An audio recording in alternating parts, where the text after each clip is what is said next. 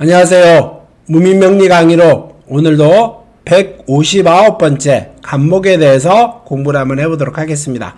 슬라이드 보면서 수업 시작하도록 하겠습니다. 천간론 간목 오늘 10번째 시간입니다. 간목 월의 작용이지요. 그래서 간목이 간목과 어울릴 때 때로는 을목, 병정, 무기, 경신, 임계, 봄철 간목, 여름철 간목, 가을철 간목, 겨울철 간목에 대해서 알아봤고요. 그 다음에 인묘진, 사오미월에 대해서 각 월에 대해서 조화로움도 살펴봤습니다. 그 다음에 신유술, 해자축월에 대해서 오늘부터 공부를 한번 해보도록 하겠습니다. 하나하나 슬라이드 보면서 수업 시작하도록 하겠습니다. 일단 가을의 간목은 성숙한 거목이니 정경으로서 벌목하여 동량지제로 가공하면 일품의 대제가 될 수 있다. 동량지제라고 하는 말은 무엇일까요? 흔히 말하는 대들보와 같은 큰 나무의 제목을 말을 하는 겁니다. 그러니까 가을이라고 하는 것 자체는 성숙의 계절이고 결실의 계절입니다. 그래서 가을의 간목은 성숙한 거목인데 정화와 경금으로 간목을 잘 다듬어서 대들보로 가공을 하면은 일품의 큰 나무가 될 것이다. 이런 말의 의미입니다. 때로는 정화와 경금이 없다면은 정화와 경금이 없을 수도 있겠죠. 양공을 얻지 못한 대목처럼 무용지물이 되고 고목이 될 수밖에 없다. 양공이라고 하는 말은 뭘까요? 이게 이제 공이라고 하는 건 기술자를 말을 합니다. 양질의 기술자, 아주 뛰어난 목순을 만나지 못한 정화와 경금이 없다고 하면은 뛰어난 목순을 만나지 못한 큰 나무처럼 큰 나무는 다듬기도 힘들기 때문에 그걸 잘 다듬을 수 있는 어떤 뛰어난 기술자가 없다면은 별로 쓰임새가 없는 무용지물이 되고 그래서 시간이 지나다 보면 고목이 될 수밖에 없을 것이다. 이런 말의 설명이 되겠습니다. 다음 화면 보겠습니다. 신월입니다. 신월의 간목입니다. 이제 가을의 시작이지요. 입추의 절기를 지나면서부터 가을이 시작합니다. 근데 8월 한 5, 6일 이때부터 입추의 절기이니 가을의 절기가 맞습니다. 경금이 왕하니 먼저 정화를 써서 경금을 연금하고 다듬어진 경금으로서 간목을 제재하면 그 부기를 겸하게 될 것이다. 가을이라고 하는 것 자체가 신유술월이 금의 계절입니다. 그런데 신유술월에 경금이 아주 강한 기세를 가지고 있지요. 그랬었을 때 그 경금을 정화로 써서 제재하고 다듬어야 됩니다. 덩어리금을 날카롭게 날이 서 있다라든가 날카로움이 어떤 유용한 도구처럼 쓰일 수 있게 잘 다듬어야 될 것이고요. 그래서 다듬어진 경금으로서 간목을 잘 다듬어서 가지치기도 하고 껍질도 벗겨내고 유용한 어떤 나무의 어떤 형태처럼 대들보 형태처럼 유지하게 되면은 부기를 겸하게 될 것이다. 이런 말입니다. 경금이 많고 무정화이면 근데 경금도 많고 신유술월이니까 금의 기질도 강한 절기죠. 근데 그 경금을 다듬을 수 있는 정화가 많으면은 이 금이라고 하는 것 자체가 나무를 제압하니 불안과 조심성이 많으며 질병이 많을 수 있고 종교와 인연이 깊다. 이게 이제 제한다는 뜻의 의미입니다. 그래서 이 금을 강한 금으로서 이 간목을 제하다 보니 나무가 많이 상처 입는다는 뜻입니다. 그러니까 나무 한 그루 있는데 금이 너무 많아진다 이런 의미의 뜻은 그 간목으로 인해서 금이 힘들어진다. 그 금으로 인해서 간목이 힘들어진다. 그러니까 나무가 너무 도끼, 바위에 너무 많이 상처 입게 돼서 매우 힘들어지고 조심성이 많으며 질병까지 많을 수가 있고 그러다 보니 너무 상처를 많이 받다가 보면은 종교와 인연이 깊다. 이제 쉽게 말하면 종교인이 된다 이런 말의 의미까지 포함이긴 하겠습니다만은 그래도 종교인보다는 일반적인 삶보다는 약간 동떨어져 있는 자신만의 세계를 찾아간다, 이런 의미의 뜻도 되기도 합니다. 그래서 가끔 근데 이런 경우는 이제 금이 많은 사람들이 너무 상처 입다가 보니까 약간 사람들하고 관계가 조금 멀어져서 자신만의 세계를 추구하는 간목의 기질이 아닌 그런 사람의 역할도 하는 것들도 보기는 봤습니다. 다음을 보겠습니다. 유월입니다. 유월의 간목이라는 뜻이겠죠. 신유술에서 유월, 금왕수세하니, 금이 왕하고 물이 약할 때이니 먼저 정화로서 재금하고, 재금이라고 하는 말은 금을 제어한다, 이런 말이겠죠. 그래서 금이 많을 때인데 물이 있으면은 금의 힘을 빼기도 하고 아주 강한 압력으로 금을 뚫어버리기도 합니다. 근데 물이 약한 절기니 정화로서 경금을 제어하고, 호목하면은 나무를 보호한다는 뜻이겠죠. 정화로서 경금을 제어해서 나무를 보호하면, 병화로서 한기를 제거하면, 정화로서는 제금하여 호목하고, 병화로서 한기를 제거하면, 경금으로서는 제재하여 부귀를 누리게 될 것이다. 그래서 금이 많은 절기이긴 하지만은 정화로서 경금을 제어하고 때로는 병화로서 차가운 한기를 제어한다면은 이 금이 간목을 상처 입히지 않고 다듬어서 가지치기를 한다라든가 껍질을 잘 벤다라든가 때로는 잘 재련을 해서 그 나무를 대들보 형태처럼 쓸 수 있게 만들므로 인해서 부귀를 누립니다, 이런 말입니다. 병정이 없다면은 경신만 왕성하면 승도지명이요, 개수가 다출하여 재화하면 병상이니라. 이것도 경금과 신금이 경신이 천간에 많이 떠 있으면은 병정의 기세가 그걸 제어해야 되는데 제어하지 못하다 보니 약간 일상적인 삶에서 좀 멀어질 수가 있고, 승도라고 하는 말은 개수가 다출하면 불이 꺼짐으로 병상지인일 것이다. 경신금이 있었을 때 병정화가 없으면은 승도지명인데, 병정화가 있는데 개수가 있으면은 이 불을 다 꺼버리게 될 것이니 일반적인 병상적인 삶을 살아갑니다, 이런 듯한 설명이 되겠습니다. 다음에 수월입니다. 완숙한 거목이니 경정으로서 제재하면 대재를 이루게 될 것이다. 그래서 완숙한 거목이니, 그 다음에 무경하고 비겁이 많으면은 심산대천에 져버린 거목으로 평상지인이요 무용지물이다. 무경이라고 하면 사주에 경금이 없었을 때, 때로는 유비겁하면은 목이 너무 많았었을 때, 때로는 을목, 간목, 때로는 인목, 묘목, 이렇게 사주에서 목이 너무 많고 경금이 없었을 때 아주 깊은 산속에 큰 거목이 될 것이기는 하지만은 너무 밀림 안에 쌓여있는 나무다 보니 일반적인 삶을 살아갈 것이고, 밀림 안에 있는 큰 나무는 그게 쓰임새가 있어 보이지는 않는다. 그래서 일반적으로 무용지물이 될 것입니다. 일반인의 삶을 살아갈 것입니다, 이런 말이 되겠죠. 무경하고 이제 경금이 없는데 병화와 정화가 있다면은 대목으로 숯을 구워 파는 것이고, 그 다음에 창작하고 문제는 뛰어나나 성사하기는 어렵다.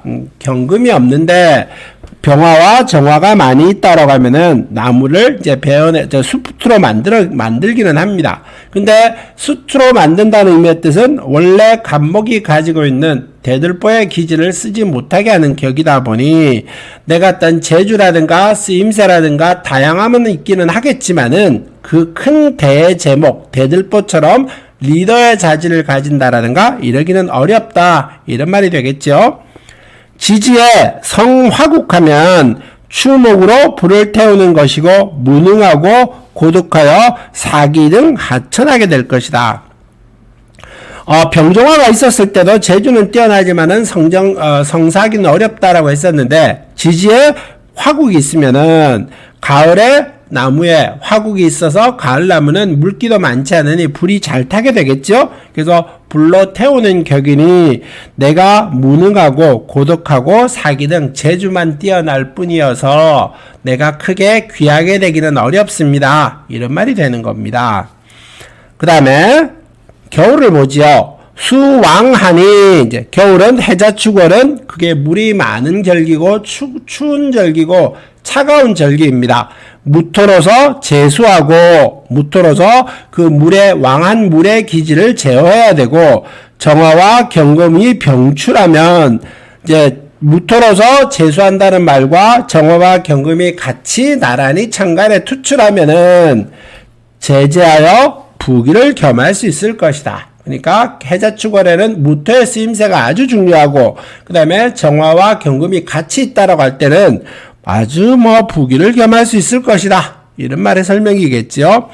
임계수가 투출하는 것은 대기한다. 그래서 임계수가 투출한다는 의미의 뜻은 겨울에 간목이 얼어버릴 수가 있는데 거기에 하늘에서 비까지 서리까지 엄청난 물에까지 하늘에서 내리는 물이 강하다 보면은 나무의 뿌리까지 얼어버리게 됩니다.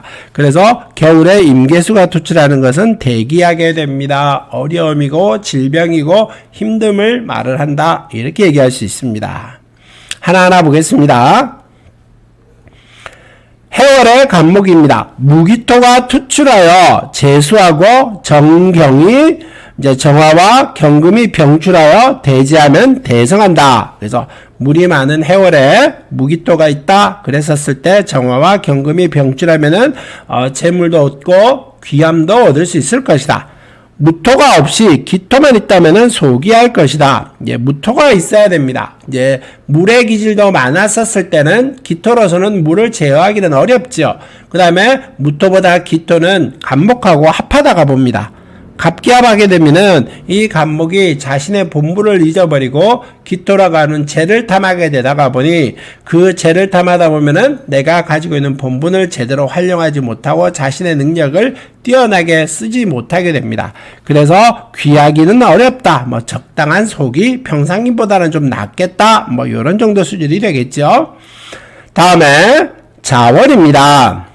병정화가 병출하고 이제 병화와 정화가 같이 천간에 떠 있었을 때 득경 제재하면은 병화와 정화가 천간에 있는데 득경이란 말은 경금을 얻어서 나무를 잘 다듬으면은 천하일품의 인재로서 병진한다. 명진한다. 명진사회라고 하는 말이죠.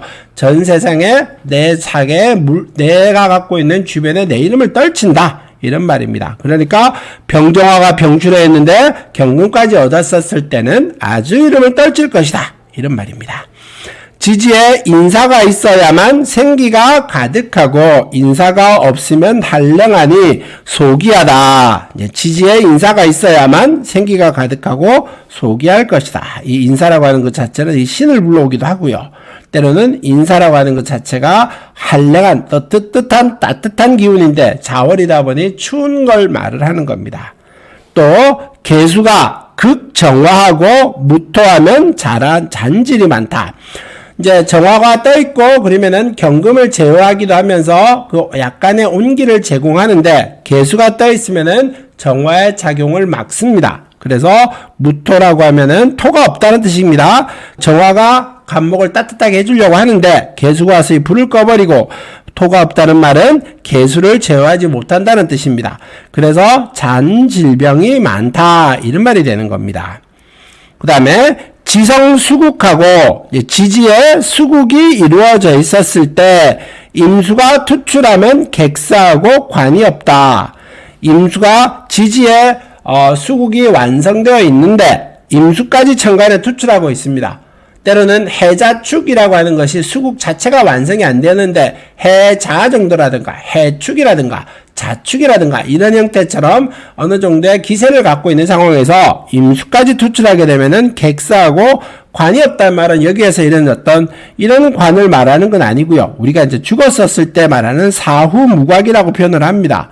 사후무각이라고 하는 말은 내가 어디에서 죽었는지 모른다. 내가 묻혔었을 때 우리가 보통 묘를 쓰면은 이렇게 나무에 이렇게 관에 들어가기도 합니다만은 이 관 주변에 뿌리가 들어오지 말라고 이렇게 내 주변에 이렇게 돌을 쌌습니다. 이럴 때 이제 이걸 곽이다라고 표현을 하는 겁니다. 그랬는데 여기에서 관이 없다는 말은 사후무각이라는 뜻이니까 내가 죽어서 이런 관의 보호를 못 받는다 이런 말이니 어디에서 언제 어떻게 죽었는지를 알기 어렵다. 이런 말의 설명입니다. 그러니까 지지에 수국이 있을 때 임수가 투출하게 되면은 전 천지 사방을 떠돌다가 어디에서 어떻게 됐는지 모를 만큼 아주 불행한 삶을 살게 된다. 이런 말의 설명이겠죠.